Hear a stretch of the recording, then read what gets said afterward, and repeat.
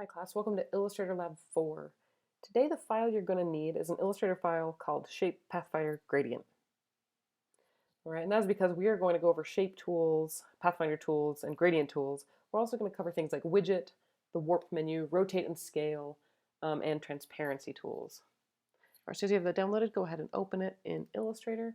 And notice we have a file that has three parts. We have shape and warp tools, Pathfinder tools, and then gradient and transparency tools.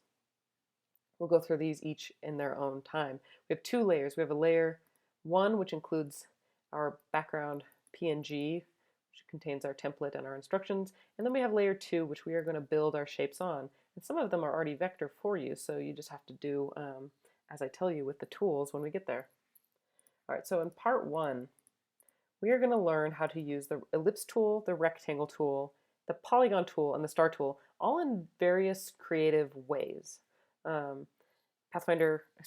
Illustrator is loaded with a bunch of geometric shape tools for you because not everything that you are going to create is going to be organic and need to be drawn with a pen. A lot of things are going to be drawn with shape tools. So our first one is the ellipse tool, hotkey L. This is steps 1 through 5. So on 1 we have an ellipse. We have a circle actually. And if you click and drag with the ellipse tool, you will get an ellipse the size of the length and width of your drag. If you hold down your shift key while you are dragging, you will constrain that to be a perfect circle. Now you have to let go of your click before you let go of your key in order for that constraint to continue and bake into the object that you have just created. All right, step 2 is an ellipse, but it's kind of on the side. So we're gonna have to kind of guess on the height and width. And then we're gonna use our rotate tool. This is hotkey R to rotate the object. Now what I've done is when I hit R, you see you get a teeny tiny little cyan set of crosshairs in the center of your object. This is like a pin that's holding a piece of paper to a wall. So your object is the piece of paper, the crosshairs is like your pin, and so you can rotate it around the pin. Go ahead and rotate your object, maybe place it, rotate it some more, make sure it's about the right size. If you need to enlarge it, you do always have your bounding box within hotkey V to resize it. All right, step 3, we're going to start with an ellipse and then we're going to delete some handlebars in order to get corners. So let's start by creating an ellipse that is about the same width and height as our template. And then notice I'm using a gray fill. I don't care what color fill that you use in your assignment. However, I do want it to be a fill without a stroke. And I don't care if you want to change it every time, if you want to color each one as you go, that's totally fine with me.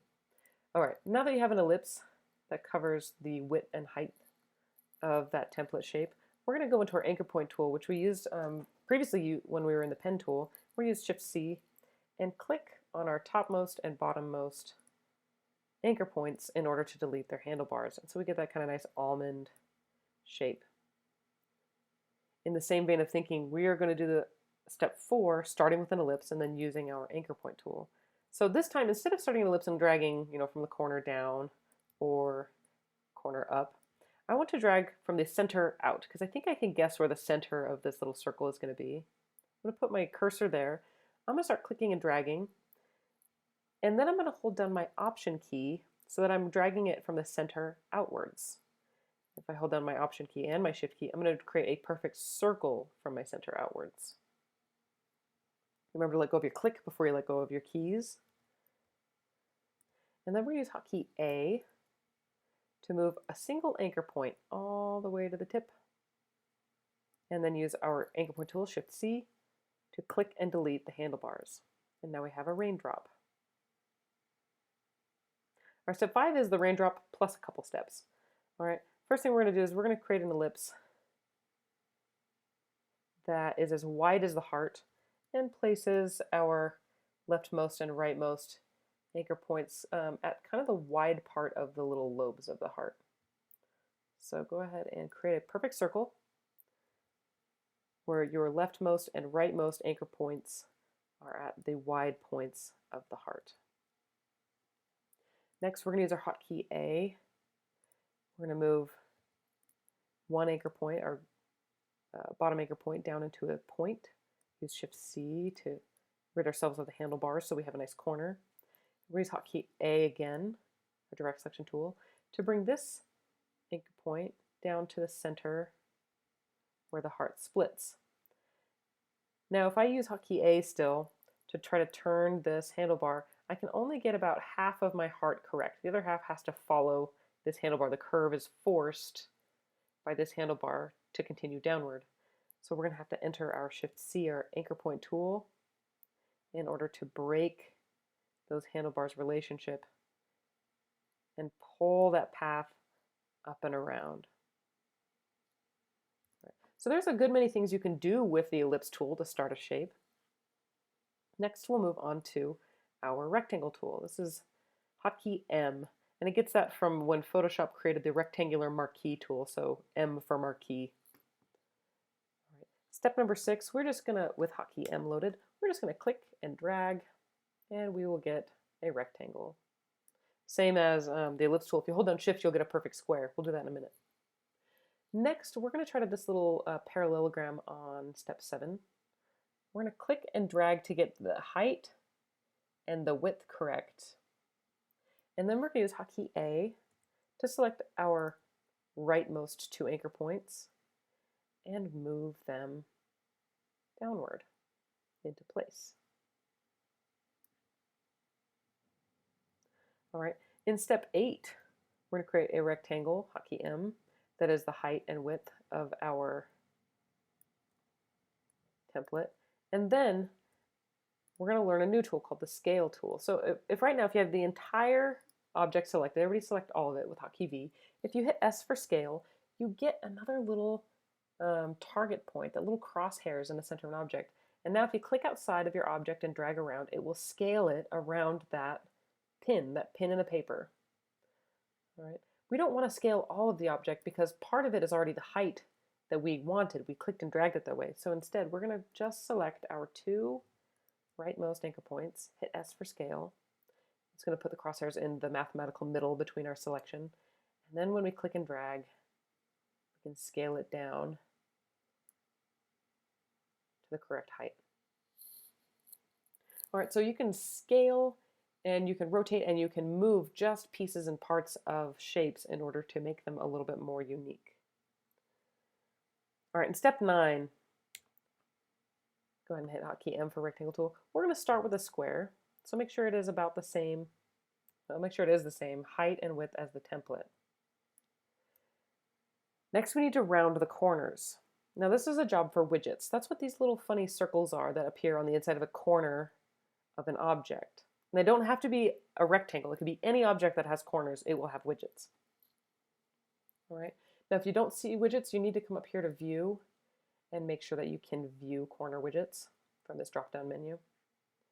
Once you have widgets available to you, you can click and drag on any of them. You'll see your cursor change to have that little curve corner, and it will curve all of them at the same time. Go ahead and curve that all the way into the template. All right, we'll give them a corner radius. All right, if you select that, either anchor point that makes up that corner now, you'll actually know the corner radius based on your control here. Again, if you don't have control, make sure you have that loaded by clicking on Window and clicking on Control. All right, step 10 is a tall, thin rectangle. Go and make it the same width and height as the template. And then you're going to use the corner widgets, and instead of stopping at some point, you're going to pull them all the way until they just can't go anymore. Let's give you that nice kind of pill shape. It's like a rectangle with circles on the tops and the bottoms. All right, step 11, let's go ahead and draw another perfect square. Hold down Shift as you create it. And then in step 11, we had 2 corners that had rounded edges and then 2 that stayed sharp. So this is a job for our hotkey A, direct selection tool, to select our bottom left and top right anchor points. And now you see that the widgets only appear inside those 2 corners instead of all 4. So because we have directly selected them, we can just decide that only those 2 corners are going to be rounded with the widgets. Fabulous. All right, step 12. I want you to create a square, perfect square, that is the size of the underside of this arrow. This arrow doesn't look square at all, but it does have a 90-degree edge in it. Once you've created that square, we're going to hit key A. We're going to collect just this one anchor point from the bottom left, and then we're going to move it all the way into place at the top.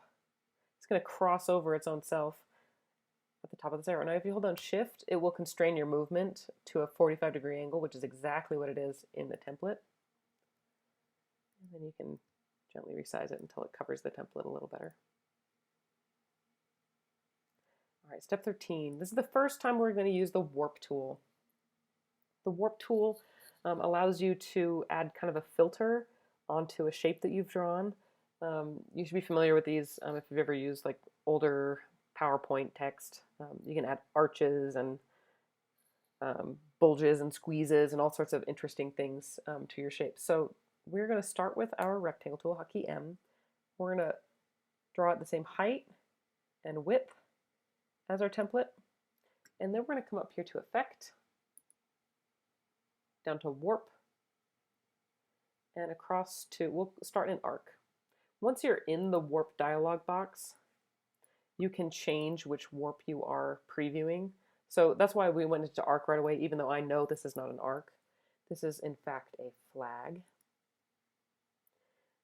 Now, the bend is what applies your warp to it and how strong it applies, either in a positive direction or a negative direction. So this is a flag warp that is a -50 bend.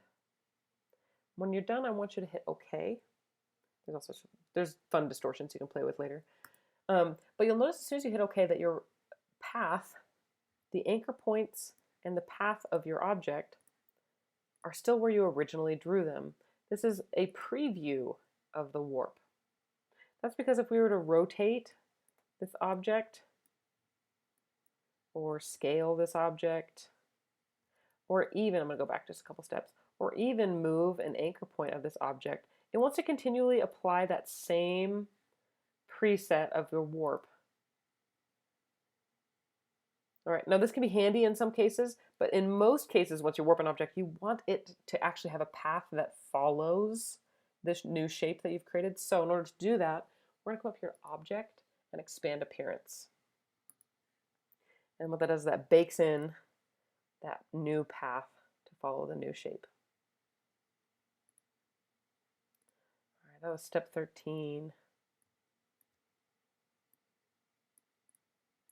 Let's go on to step 14. We're going to go into the polygon tool now. So ellipse tool is hotkey L, rectangle tool is hotkey M. The polygon tool does not have a hotkey, unfortunately. So we're going to get it from the drop-down menu of our shapes. So you'll notice we have rectangle and ellipse in here. There's also rounded rectangle. It's far easier just to use widgets than it is to control this one. So I want you to get into your polygon tool.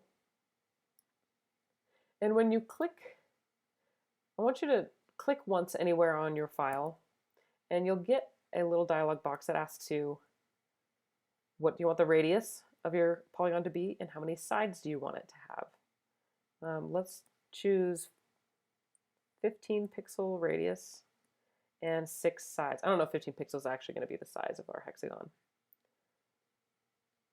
And we'll hit OK. All right, so it's a little small, but it does have the appropriate amount of sides, which means we can enlarge it into place.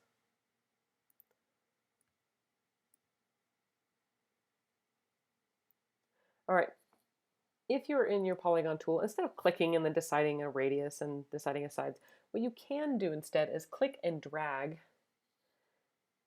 And then to determine the amount of sides that your polygon has, you can click your up arrows on your keyboard or your down arrow on your keyboard. Down reduces the amount of sides, up increases it. You're going to want a hexagon again, so go ahead and make sure you have 6 sides. Hold down Shift so that it rotates it to have a nice flush top and bottom. And then let's place it over step 15. This polygon has 6 sides. They're just not going in all the same directions as a hexagon does. Once you have it, go ahead and just match the top and the bottom to the template.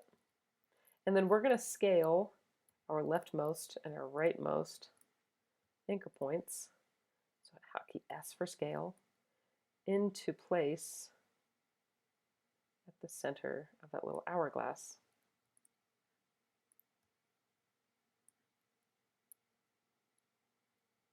All right. 16 is a pentagon. It has 5 sides. So go ahead and get your polygon tool and give yourself a 5-sided polygon. If you hold down Shift, it'll give you a flush bottom. And that's better than not having a flush at all. So go ahead and hold down Shift, let go of your click before you let go of your key. And then let's hit R for rotate. And let's rotate it while holding down Shift until we have a flush top. So it rotated at 180 degrees. Once it has a nice flush top, let's place it over the template. You might need to enlarge it just a little bit to fit that top side. And then we're going to use our bounding box and hotkey V, our selection tool, to squish this shape down so that our anchor point here matches the template. And then we're going to grab our leftmost and our rightmost anchor points. And we're going to move them up. If you move them while you hold down Shift, it will constrain your movement to a perfect vertical or a 45-degree angle or a perfect horizontal. All right. I want it to be perfect vertical so that I don't accidentally create a diamond shape that has a shorter side and a longer side.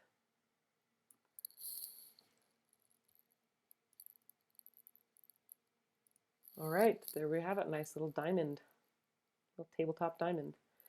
All right, step 17 is going to go fast because we just need a polygon tool with 3 sides. Hit your down arrow key and click and drag it. If you hold down Shift again, it'll constrain its rotation. And then we'll place it right here on our template. 18 is another chance to play with our warp tool. We're going to go over here to warp. We're going to duplicate our triangle. So you can hold down Option while you click and drag it with your selection tool. Your selection tool is hotkey V. And with a duplicate of your triangle placed at least on the bottom 2 corners, we're going to enter our warp. And we're going to go down to one called Squeeze. All right. And we can play around with how much squeeze gives us how much of that kind of dolphin tail shape. Make sure it covers your template before hitting OK. And again, we want our path to follow the outside of this new shape, so we have to go to Object and Expand Appearance. Now we have a nice path around with handlebars to match our curves, instead of a bunch of straight lines of our original triangle. All right, the star tool. This is going to be fun. In the same drop-down menu as your rectangle and ellipse tool, we have star tool. Go ahead and collect that. Again, if you click anywhere once inside your document, it will ask you 2 radiuses. Radius 1, which is the outside pieces of a star, and radius 2, which is the inside radius, so the concave corners. It'll also ask you how many points your star's going to have. Let's go ahead and start with 5 points. And we'll say OK. All right, depending on the size that yours came in, you might need to make it a little bit larger or smaller using your bounding box and Shift to constrain those proportions. But you should have a 5-pointed star to cover the template. All right, this works a lot like the polygon tool in that we can tap our up arrows and our down arrows to determine the amount of sides that our stars have. All right, I'm going to create a 4-sided star and make sure, by holding down Shift, that it stays kind of upright. Make sure that its outer points reach the outer points of the template.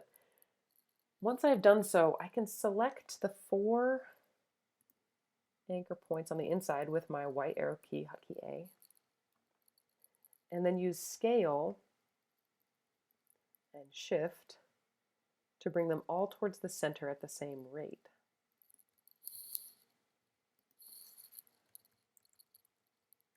Now I have a 4-pointed star that's narrower on the inside. It has a larger distance between its inner radius and its outer radius. All right, star 21 has 8 points. So you return to your star tool and hold down Option let's see, 4, 5, 6, 7, 8.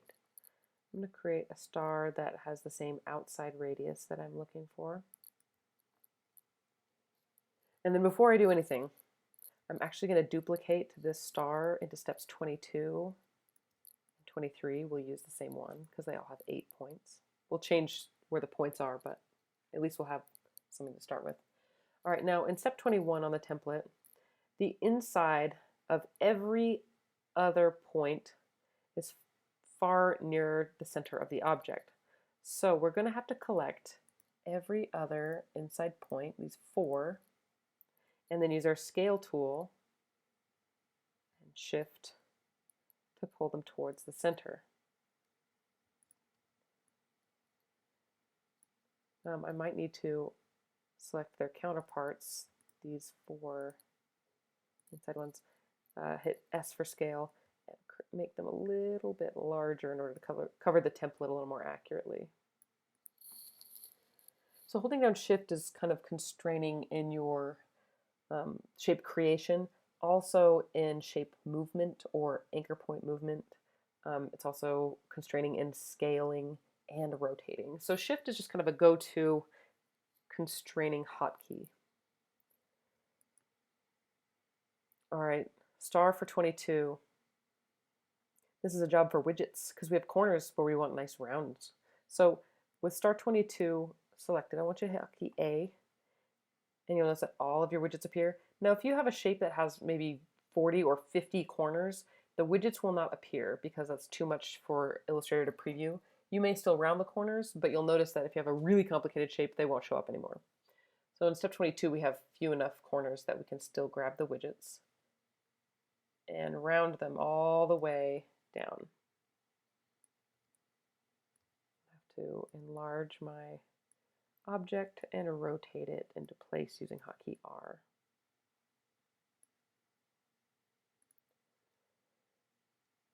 All right, in step 23, we have that eight-sided star. I want you to go ahead and place your outside points approximately where they should be. So your outer radius matches the template.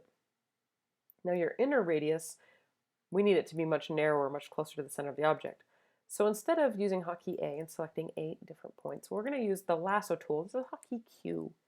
Q allows you to draw a selection,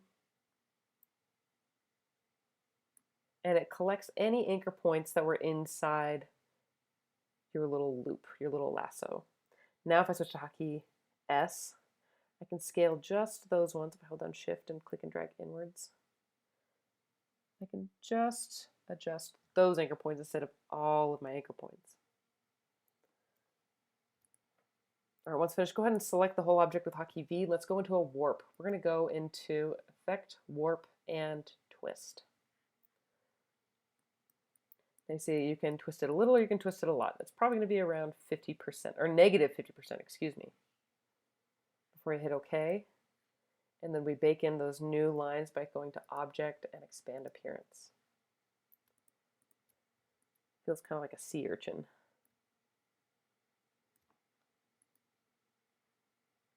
If it doesn't cover it completely, don't worry about it. Mine didn't either.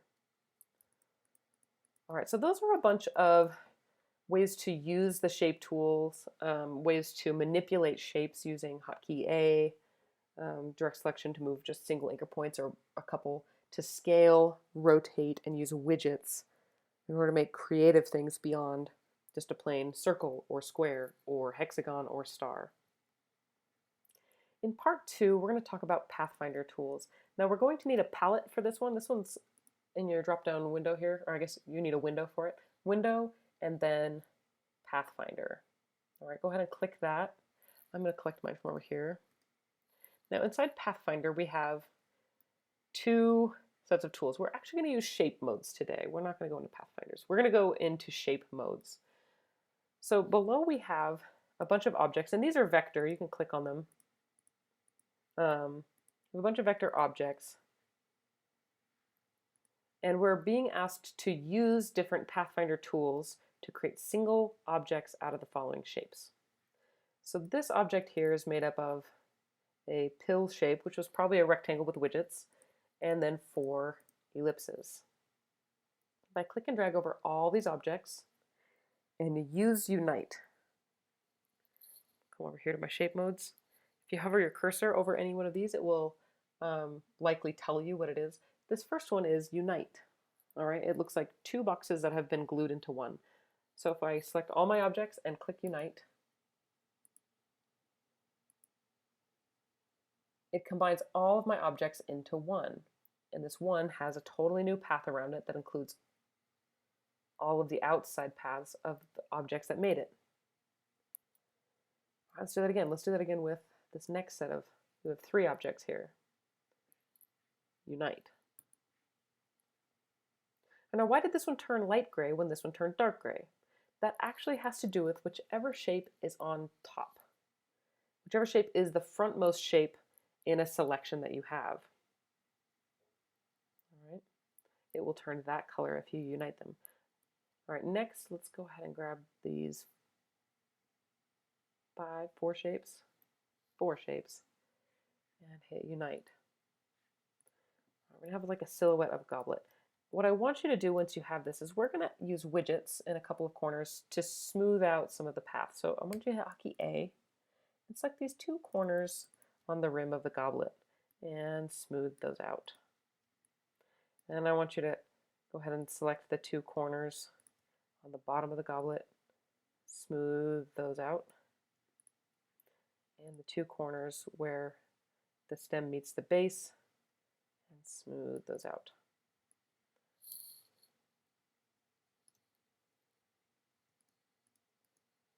There's a nice little use of widgets where you have corners. All right, our next shape includes objects that are compound. So a compound object has both an inside and an outside path. So it's like a donut. Any shape that has a window through it that you can see through is compound. All right, so it's three compound shapes. And 1, 2, 3, 4, 5, 6 regular shapes. They're not compound, they just have an outside path. We can select all of these, and you'll notice that when we use Unite, it keeps intact the inside paths. It doesn't unite those into it as well. You know, now just for continuation's sake, I want to make sure that this arrow is the same color, hotkey I, as my other shapes. All right, next we have scissors.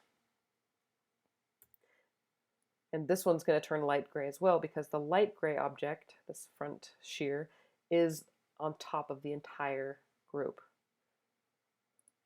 Told you. All right. Eyedropper. I drop that dark gray. I want them all to have the same one. And you'll remember it did keep intact our inside, our compound shapes. So if there's a see-through shape, a donut hole, it didn't merge those in. All right, last one. Merge. Unite. So that's a way to take many shapes and turn them into one. And then widgets are a nice way to round out areas that you didn't necessarily want corners. All right, next, use -front to create single objects out of the following shapes. Let's select all of our objects here. This one already looks like a button, so I'm guessing -front will subtract the front shapes. So next to Unite in your shape modes is -front. It takes whatever objects are in front and subtracts them out of the backmost shape. All right, so this is a compound shape that has many holes in it. All right, next, we'll go ahead and subtract out -front. Do we have a piece of Swiss cheese? All right, I want you to hit Command Z for a second. We're going to do a quick experiment. I'm going to show you what happens when you have another object. Put the circle. If we duplicate our circle over here, hold down Option, make a copy, and we send that all the way to the back. Command Shift left bracket, and then we select our objects and use -front. All right. You notice we have an error. All right, because at this point, this object isn't back. It's trying to minus everything that's in front of it out of it. All right, and it cannot because there's absolutely no way that they intersect. The shape that we're trying to minus, the front shape that we're trying to minus out of the back shape, completely surrounds it. All right, so I just want you to learn that like if you get an error like that, something is wrong. You have the order wrong, or you have too many shapes, etc. All right, so let's go ahead and make Swiss cheese again using minus front after we delete the copy. All right, next we have, I don't even want to count them, so many shapes, and they're in front of this interesting kind of warped rectangle. When we use minus front, what we'll get is something that looks kind of like a comb. Now, I want my comb to have nice rounded edges, so this is another job for widgets. However, that's a lot of corners to grab one at a time, so we're going to use our lasso tool, hotkey Q. It is hotkey Q because Q, the letter, looks a little bit like a lasso. And then I'm going to grab all of these anchor points here along the top. And you notice when I hit hotkey A, I get widgets. And then I can click and drag them to round the corners. Now it rounded my the teeth of the comb as far as they possibly could, and then it stopped these corners at the same radius as the teeth of the comb. So if I want these to be any rounder, I'm going to have to select these separately and then use the widgets again to close them off. All right, there's our nice little comb shape. All right, in this object, we have a circle, and in front of it is a hexagon plus a number of spokes. So if we select all of these objects and use minus front, what we're left with is this wonderful shutter shape, what looks like little overlapping pieces of mechanical plastic. All right, last but not least, we have our little paw and a heart. Let's use minus front. And now we have a compound path that includes the outside and inside shapes. It's like a window seeing through. All right, and for continuity, again, I'm going to eyedrop the same gray into that one. So all of mine in every row share their own set of gray. All right, next, we're going to need some more complicated stuff. We're going to use intersect to create a single object of the following shapes. So in Pathfinder, the very third option is called intersect, and it only keeps what is intersecting between two paths. Two paths only. You only get two. All right, so in our very first example here, we have a triangle, and then we have this fun spiral cloud shape. All right, so we only have two objects. With both of those selected, I'm going to hit intersect, and you'll notice that it's only going to keep what overlaps between them. It's going to cut off all the extra stuff that hangs out.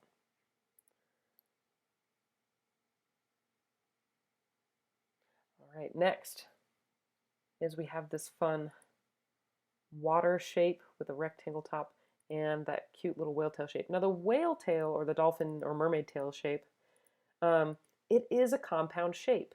It has an outside and inside shapes. Those aren't separate.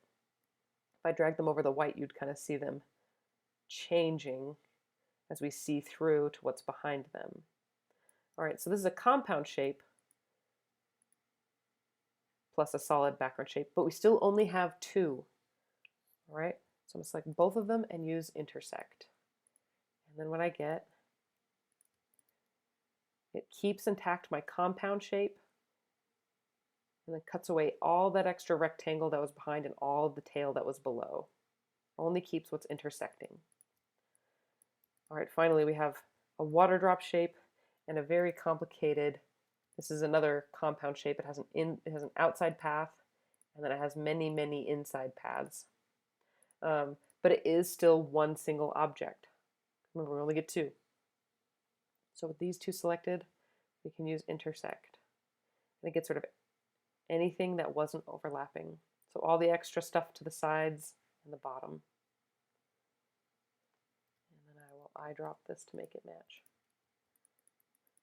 All right, so that's how intersect works. Now we're going to use that an awful lot in a bunch of other ways, but I just wanted you to get some practice knowing that you can use it on solid shapes, on compound shapes, but no matter what, you only get two. And it uses up both of them. It trims off the excess of both of them no matter what.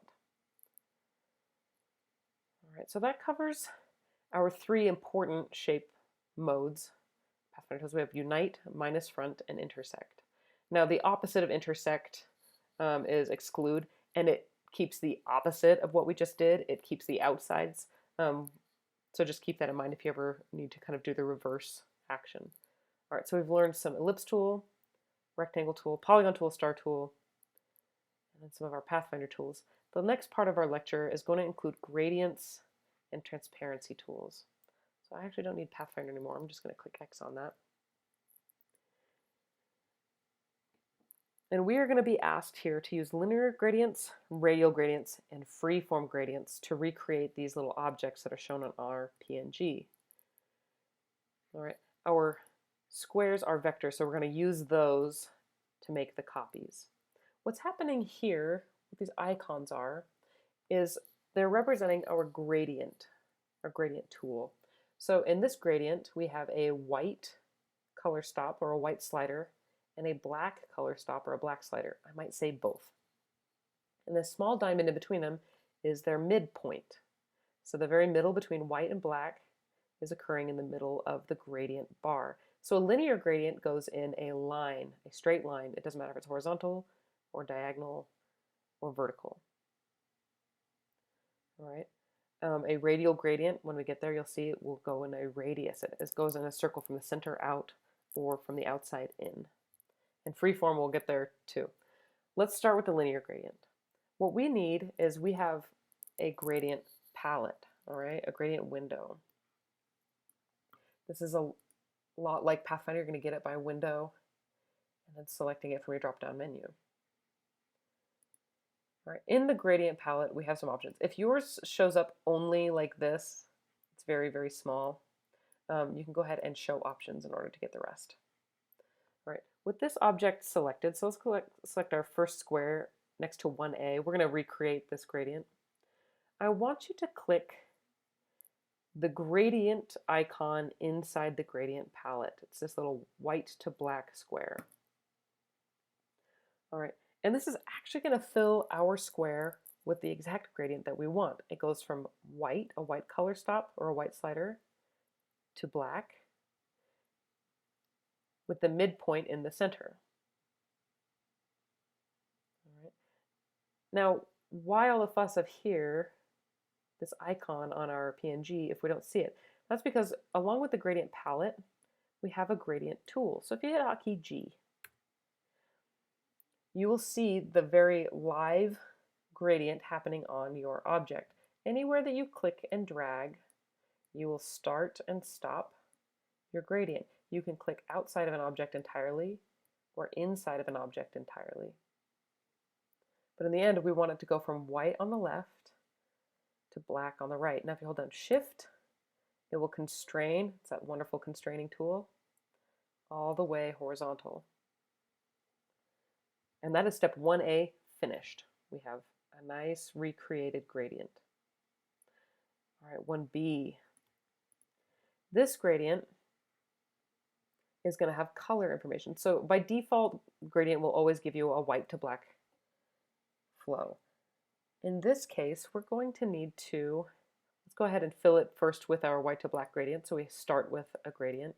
Now we no longer have a fill. You'll notice that we don't have a fill that's solid. We have a fill that is a gradient. And inside here, we can change the nature of where these occur, where the midpoint is, and then even if we double click, what color they are. Now when you double click on the white one, it's going to come up in only a black or white option.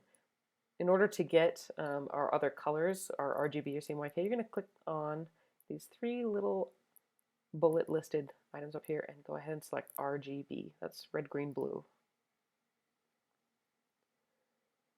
All right, now we can go ahead and fuss with our different sliders right here.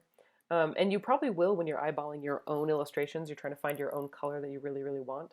However, knowing that we have to recreate these ones, it might be wiser for us to use the eyedropper on this little menu here. So we click eyedrop, And in the very next place we're going to click, I'm going to click inside the circle included in this gradient.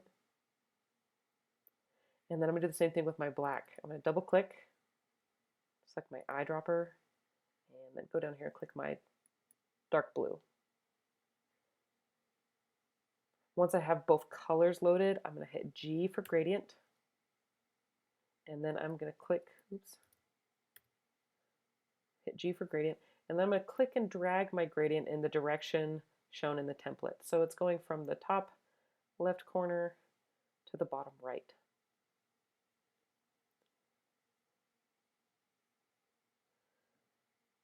All right, next. 1C. We have 3 colors in this gradient.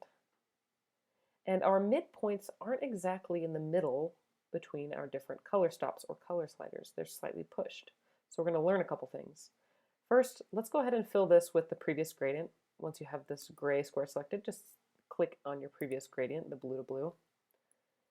And let's start by giving ourselves our yellow and purple colors. So remember, we can go ahead and double click this, use our eyedropper icon to gather yellow, and then double click our blue to get our eyedropper for purple.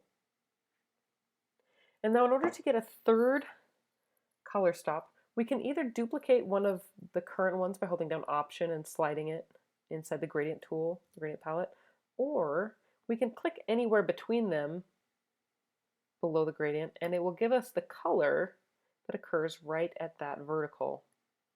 All right, we're not going to use that color, of course, because we want it to be pink like it's supposed to be. But now that we have all 3 of our colors loaded, we can use our gradient tool, key G, to click and drag the approximate length and location of our gradient. We should go a little lower on that one. All right, now inside this gradient, we notice that our midpoints were closer to colors than others. This pushes how far one color will last until it turns. So we want the pink to last really long till it turns yellow or purple. And that is the function of those midpoints, is to help a color last longer before it turns. So you notice we could create very narrow pink instead of a very broad pink.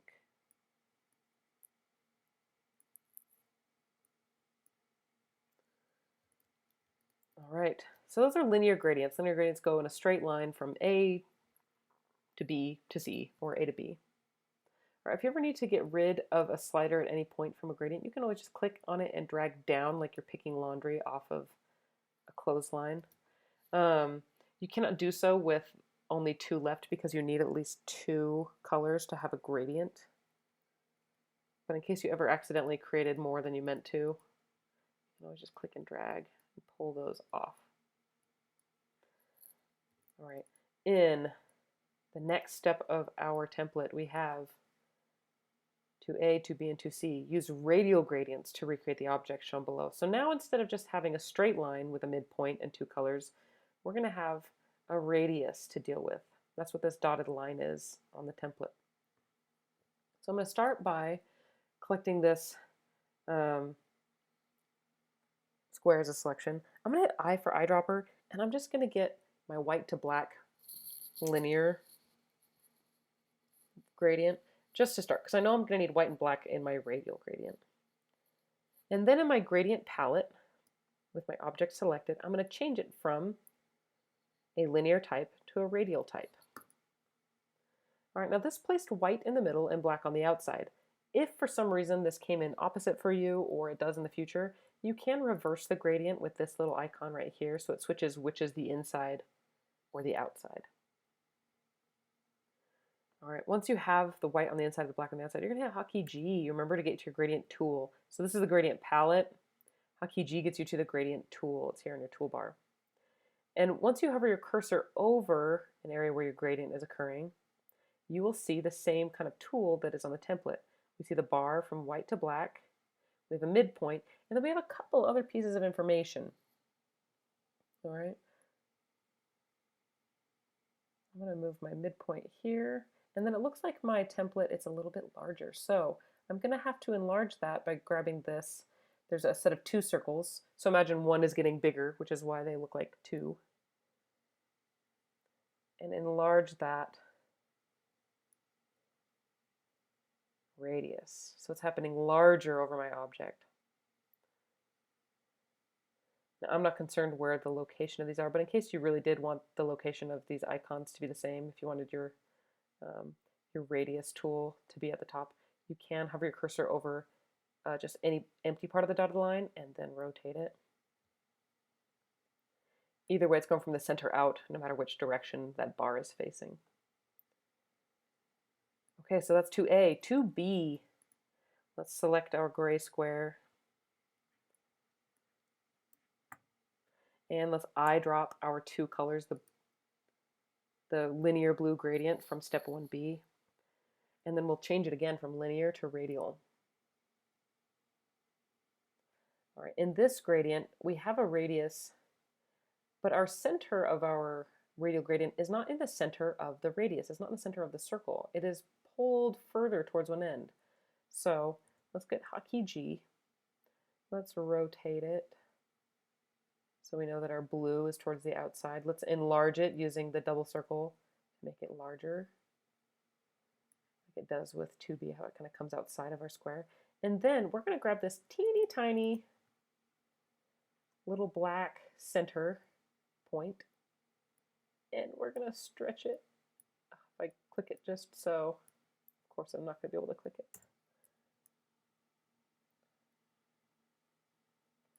It's very picky about which pixel you actually grab. I'll just have to scoot that center blue out for just a second. I can move the center of my radial gradient out of the center of my circle. I can move it all the way up almost to the edge. I can't exceed the edge of my radius though.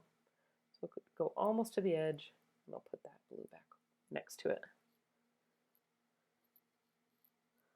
All right, so a radial gradient does not have to have an exact center outward. It can occur anywhere inside the radius. All right, in 2C, let's eyedrop our linear gradient from step 1C. We'll change it to be a radial gradient in our gradient palette. And lucky for us, yellow went to the inside. If it didn't, you can always hit reverse gradient. Put the yellow on the inside. We'll hit G for gradient. Now this time, you'll notice that our gradient's radius is not circular, it is elliptical. All right, so this is a job for that second little icon, the little solid circle. And if we click and drag on that, we can create a elliptical radial gradient.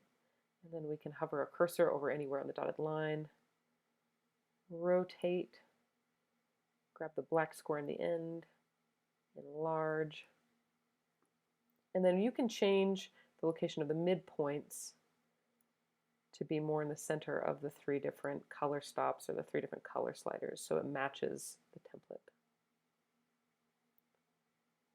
All right, so the center of a radial gradient does not have to be in the center of the radius, and a radial gradient does not have to stay a perfect circle. It can be an ellipse. That's kind of what I wanted you to have experience exploring. All right, free-form gradient. This is something that's a little bit newer to Illustrator.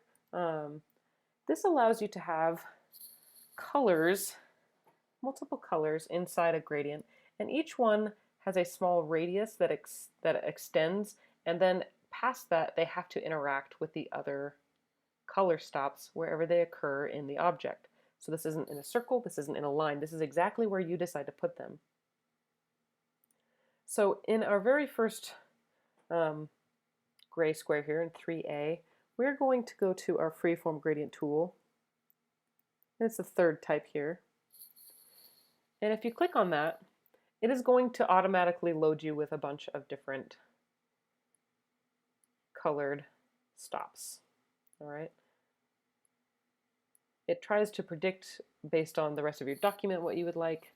We can't eyedrop a previous gradient into this one. Not yet, I don't think. I haven't seen a very elegant way to do so. But what we can do is, let's go ahead and delete 2 of them because we just need a black one and a white one. And let's go ahead and move them towards the location in the template. Before changing one, if it didn't come in white for you, if it came in a different color, go ahead and change one to white. And then double click on the second one. And change that one to black. And now you notice when they get close and interact with each other, the gradient must pinch closer inside your object. All right, in 3B, let's go ahead and select this object here. We're going to create another freeform gradient. And this time we're going to need 3 light blue and 1 dark blue. Oh my goodness, why did it give me so many? Let's go ahead and delete. Let's see, I'm going to put these last ones basically in their place based on the template. And all right, so if I double click on my center color stop, I can eyedrop blue. Double click, eyedrop light blue. Double click, eyedrop light blue. And one last time.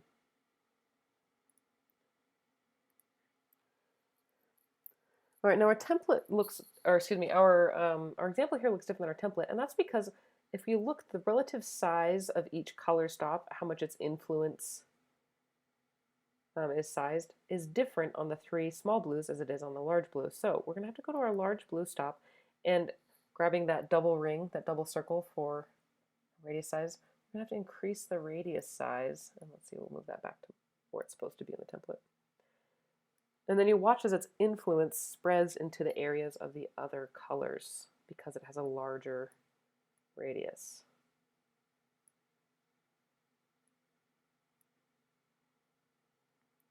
All right, finally, let's get a little bit more practice. This one will have 3 colors and 3 different sizes of influence. All right, so we're going to click on our freeform gradient, see what it comes up with. It's trying.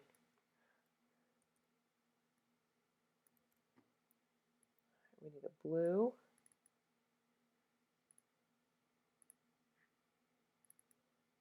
a yellow, and a pink, and it almost, I dropped the right pink. I think it's off by just a tad, just a tad. All right, if you ever exit your tool and you need to go back to edit gradient, go ahead and select. So if I select hotkey A and I went and edited a bunch of things elsewhere in a document, if I come back here and I want to edit it, you're going to go into the edit gradient, or G for gradient.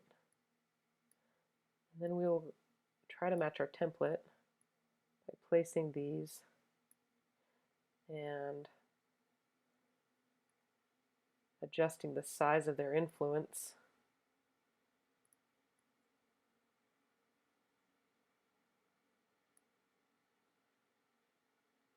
to match. Oops. Remember, if you're going to click anywhere else inside, you might end up giving yourself an extra color stop. So make sure that you're clicking directly on those objects before moving on. All right, so that's a freeform gradient.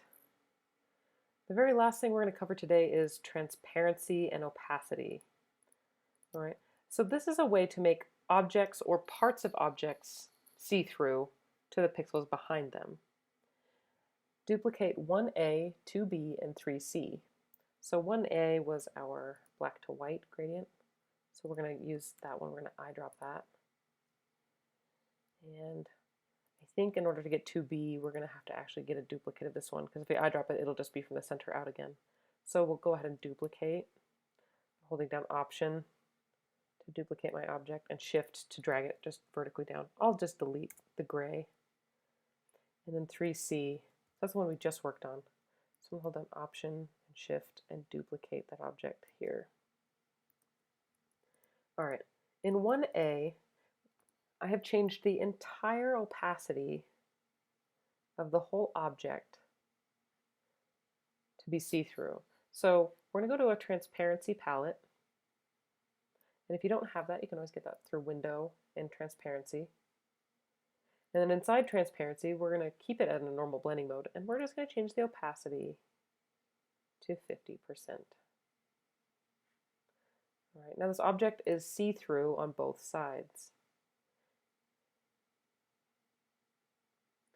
All right, in this object, in our copy of 2B, instead of changing the entire transparency, giving it a different opacity, we're going to do so inside the gradient. We're going to click our dark blue color stop or color slider, and we're going to change that opacity, once it's selected, to 0. And notice that it fades out to the edge of our object. All right, so one piece of your gradient can be a different opacity than the other. It doesn't have to be the entire object like 1A. It can be a piece of it. Now in 3C, we can't do it from our drop-down menu because we don't have the same drop-down menu as our linear or radial gradient. We have to do so by going to our individual color stops and changing their opacity. So in the pink, I want you to double click on pink, and in opacity, change that to 50%. And hit enter. Next in yellow, I want you to double click on yellow. I want you to change that to 0%. So we can have 0, 50, and 100 all in the same gradient. Now it is through these kind of areas of see-through information that you can create a really dynamic illustration. Hopefully, I mean this was a lot, but hopefully this gives you some really great ideas about the kinds of things that you want to illustrate and the ways that you want to use these shapes in order to create unique shapes, how to create maybe objects using a bunch of different shapes, now that you don't have the limitation of the pen tool, and then how to creatively think of different ways to make very basic geometrical shapes. Alrighty, thanks for sticking with it. This was a big one. I'll see you for Illustrator Lab 5.